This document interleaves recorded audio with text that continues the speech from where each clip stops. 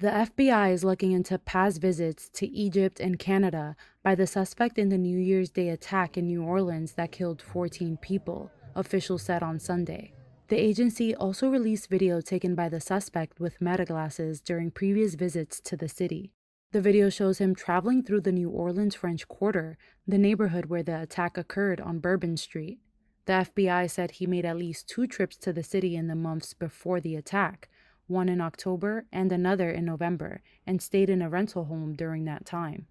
The FBI said Jabbar traveled to Cairo, Egypt from June 22nd until July 3rd, 2023, and then flew to Ontario, Canada a few days later on July 10th. He returned to the US on July 13th, 2023, the FBI said.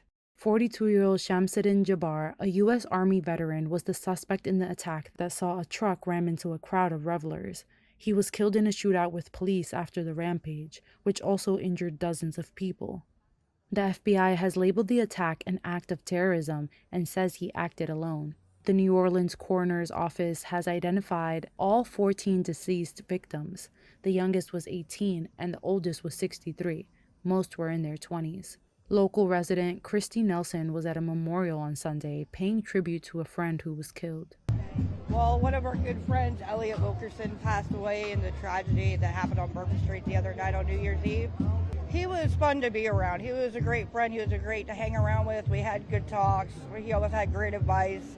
Make sure I stayed safe because whenever I was on the street too, he would be a great sense of like hanging out, making sure I would stay safe. Just great all-around guy. Since the attack, New Orleans officials have faced scrutiny over whether they left citizens vulnerable as crews were removing old bollards and installing new ones. But neither barrier system would have prevented the deadly attack, according to a source with direct knowledge of the city's Bourbon Street security planning and a Reuters review of city documents.